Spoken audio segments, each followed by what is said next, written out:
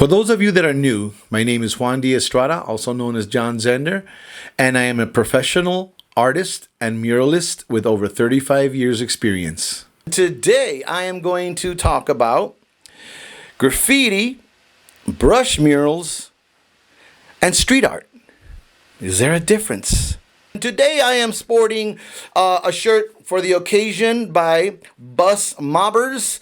My buddy Ish blessed me with this shirt, and and you can find them at, he is not a sponsor, he's just a friend of mine, but you can find him at I'm Still Here in Instagram, I'm Still Here 85. Shout outs to the Bus Mobbers. All right, without further ado, let me get into this presentation of what's the difference between these three. First, I got to give a little bit of historical context, so bear with me as I go through some of this historical chronological order. Okay, so very beginning, we're going to start with brush murals and murals in general, and then before we get into the graffiti and the street art. So quick, what is a mural? Well, murals come in a lot of different sizes, shapes, and colors, but if you go back to the origins, you would say they're cave paintings. Cave paintings and the Native Americans who used the walls or their teepees to mark their images, and then you have the coming to the churches with the Sistine chapels with their frescoes. In case those of you guys are not familiar with what is a fresco is a mural that is painted in plaster and is sucked into the walls. Talk about a longevity of a mural. That's a fresco. Now, one of the things that I want to point out at this point is a common thread that I believe all these murals have, from street art to murals, and that is, number one, that most of them have a narrative. A narrative is a storytelling. Murals are designed to give you a story or some kind of information. The other thing that they have in common is identity. It's an artist, a particular artist who's doing it, or an identity as like cultural identity, whether you're Chinese, whether you're Filipino, whether you're Mexican, you want to give a identity of what it is. All right. The other one that they have in common is the concept of aesthetics or decorative or decoration. Okay. And then the last one is the implementation of tools. Tools are going to be very important as we get into these three. You'll find out what I'm talking about. As mentioned, fresco is a type of tool. So with that being said, let's get into this concept of murals, brush murals. I'm going to begin with brush murals because it is in context to historical. In my personal experience, I didn't start with brush murals. I started in graffiti, and we'll pick that up in my story as we get there. But first of all, like I mentioned before, murals are very important to a lot of cultures, especially to us Chicanos or us Mexican Americans. Why do I say that? Because if you guys are history buffs like me, you guys know that there was a Mexican Revolution. The Mexican Revolution happened in 1910 to 1917. This is when we were trying to get the government to, shake them up a little bit with General like Zapata and Pancho Villa. Now, after the revolution, a lot of things changed, but a lot of things didn't change. So one of the things that did change is that the government tried to give the people a little bit of information. Now, this is important because whether you're a pre or a anti what we call colonization, that means that the Europeans or any other European country comes into another country and conquers a country like they did in Mexico. Well, in Mexico, after the revolution, there were a lot of murals that were pro or against colonization. I'm going to show you a book. This is a book by Diego Rivera. Diego Rivera, along with the other two greats called Los Tres Grandes, which is Orozco and Siqueiros, were the ones that were being commissioned extremely in Mexico to create these narratives, the storytelling of what it was to bring patriotism and bring nationalism back into Mexico and share with them. Sometimes the murals would get very political, and that's where things can get very controversial if you side with one view and then the other view doesn't quite agree with you. One of the things that I want to say about Mexican murals is that they had a technique that's very classically done, very almost Renaissance. Diego Rivera lived and studied in Paris. In case you guys didn't know, he did study in Paris, France, and painted alongside Picasso and Modigliani and all these greats. So he was trying to make sure that the Mexican flag was planted. The Mexican muralist came to America, to the United States, and painted a lot of murals here, especially Siqueiros with his Tropical, America Tropical, which has got whitewash. Ooh, that shows you something. Now, that gives birth to what we now call the Chicano murals, right? In the 1960s and 1970s. Again, I'm not going to give a history lesson here. I'm not about giving, you guys do your own research. But Chicanismo or Chicano was a movement in the 1960s and 70s that some would say started off after the moratorium. Some say it was here before that with the Pachucos. Whichever way you'd like to see it, the movement itself started when they were protesting the Vietnam War in Salazar Park. When one of the most iconic muralists that I would see in the 1970s was the Streetscapers, and that's David Botello, Wayne Healy, and here's a mural. I want to show you a little visual.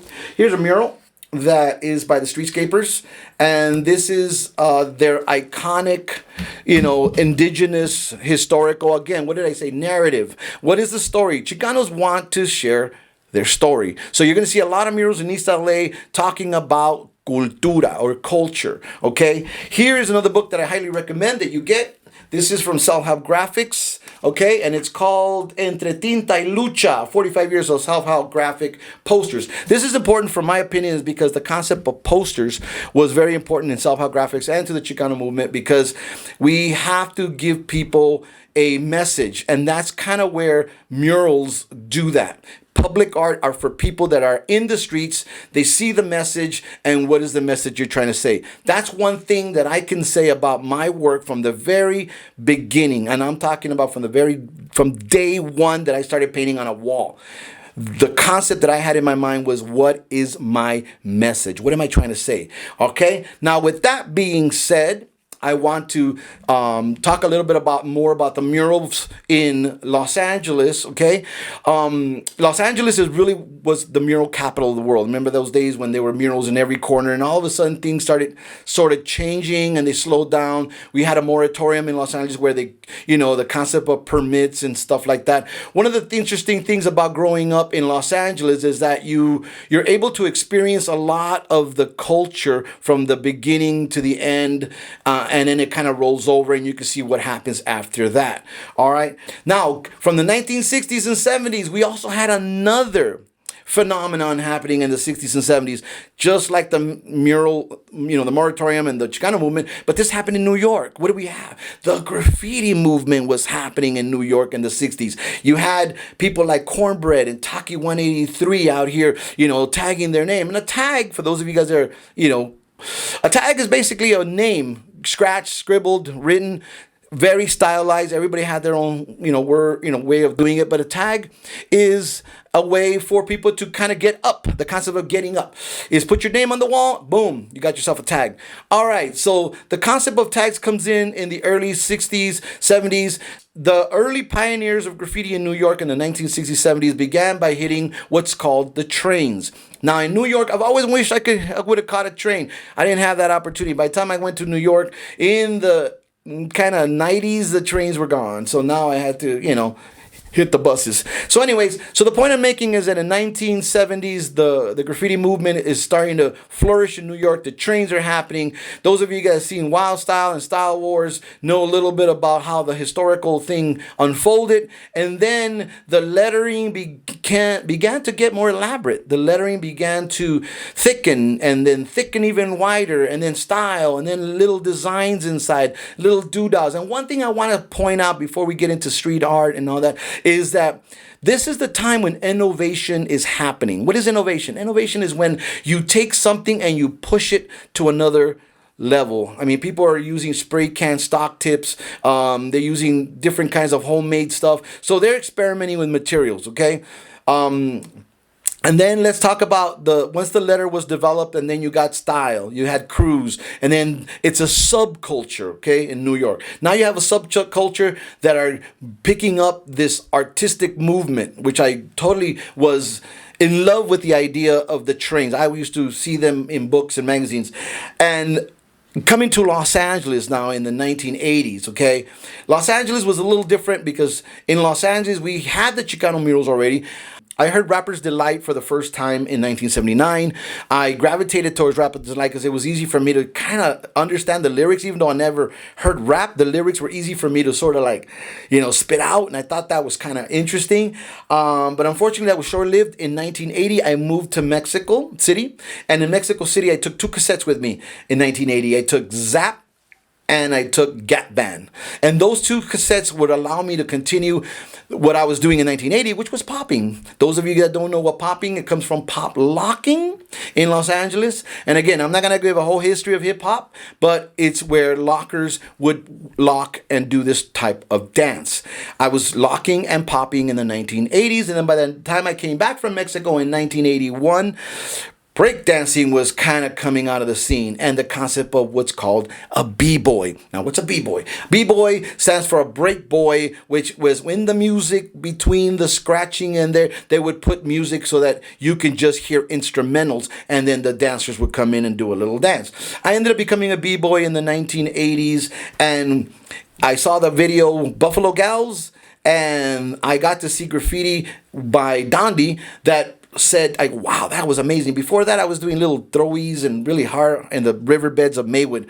So, to kind of connect it to my story of graffiti, it wasn't really until 1983 that when I was breakdancing, somebody took me to a place called the Radio Club. This is Ice-T. Radio Club had graffiti all over the place, and there were breakdancers, and I was like, wow, because I was a breakdancer. And it wasn't until 1984, 85, where I actually started attending the now called Radiotron, which is different. Radio Club, Ice-T, where the movie Breaking and Breaking Part 2. Then you have the Radiotron, Carmelo Alvarez on that one. All right, I met Carmelo by 1983, 84, and we hit it off, and I practically lived at the Radiotron. Okay, Radiotron's a club that I would say gave birth to graffiti and hip-hopping. A lot of famous, writers came out of there. The first generation, second generation, I don't know what you want to call them. I just want to say it was an amazing time for me. I love the nostalgia of graffiti at the time. For those of you guys that don't know, you guys might want to catch this book if you can find it. It's called The History of Los Angeles Graffiti. And these are the peeps that I kind of grew up with. So I grew up with the likes of Prime, Crime, Chandu, K2S, some of the, UTI. I mean, there's so many crews. Anyways, so during this time of innovation, again, innovation, what do I say? The tools.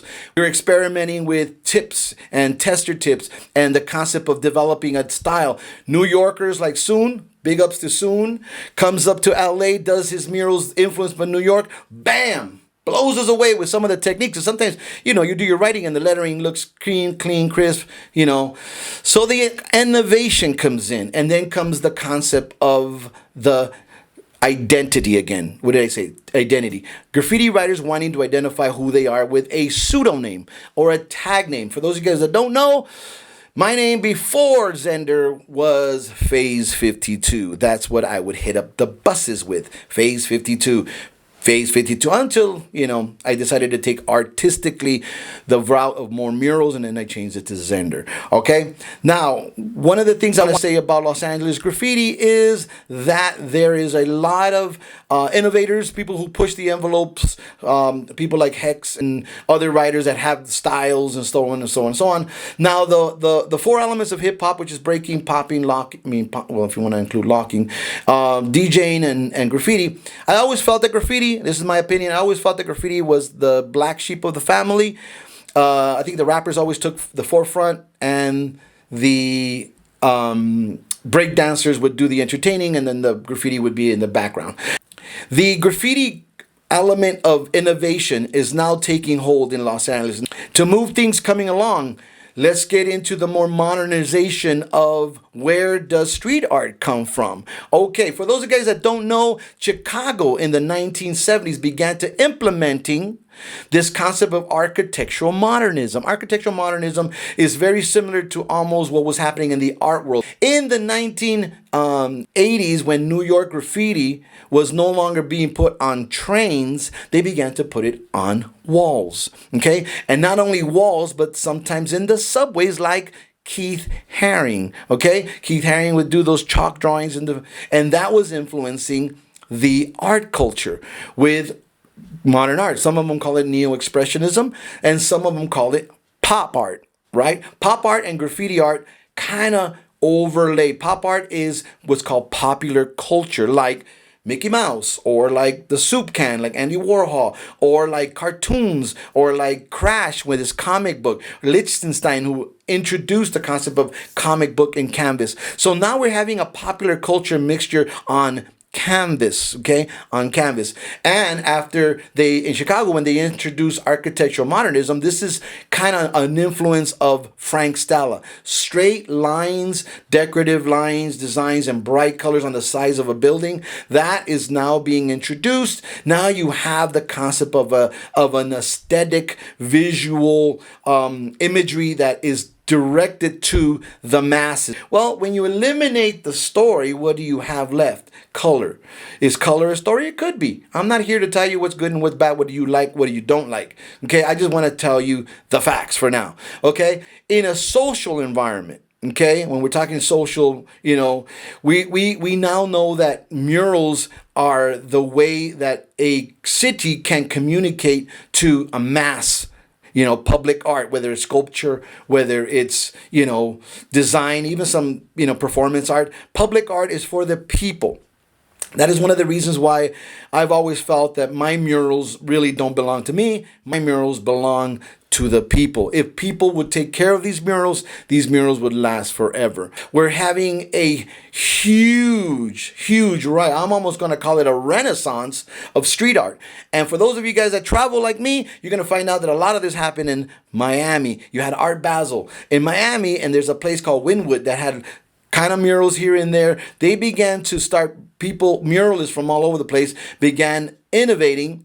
First, the New Yorkers, of course, and then come the artists. One thing I want to say about street art is that it's designed, from my opinion, for everybody. It's not one particular group. It generalizes murals for the average person. The other thing I think street art does is it begins to introduce a new type of graffiti. No longer are we looking at a person's name like Futura or like my name's Zender or like anybody else's name. Now we're not even showing a message of historical history of something that happened. Now we want to give somebody personal expression, artistic expression. I'm going to show you an example of what I mean. Here's a book that is called, those of you guys that know, it's called Juxtaposed. Juxtaposed is a magazine that was created by a friend of mine named Robert Williams, who's an illustrator. And the more he started putting out Juxtaposed, the more something interesting started happening. The illustrations that were originally designed to be in a book, because that's where the word illustration comes. You're illustrating somebody's writing, like a magazine illustrator.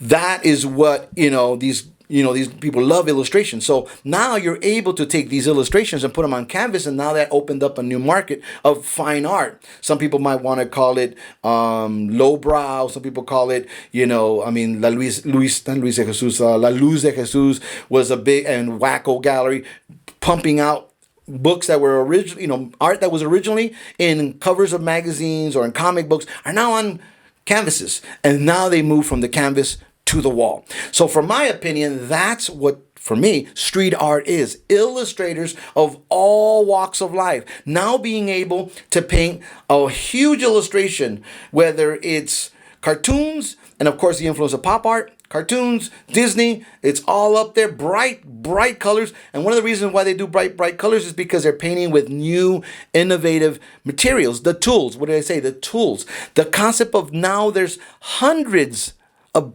spray can brands. We didn't have that in the 1980s. I think we had Krylon and that's it. So we were limited to how much color we could use. We were trying to make our own colors.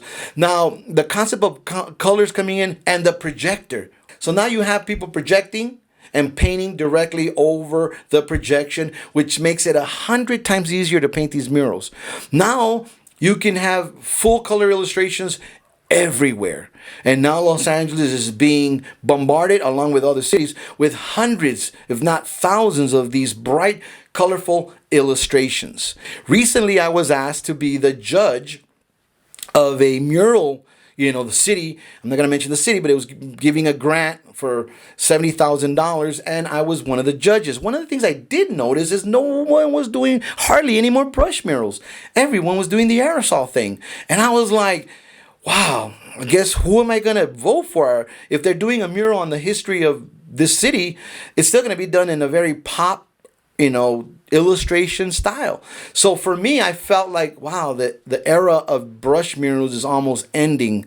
And somebody might say, well, what's the future of muralism? Some people could say, well, maybe the future of muralism is going to be the push of materials, technology. Okay, now we have this whole thing with AI.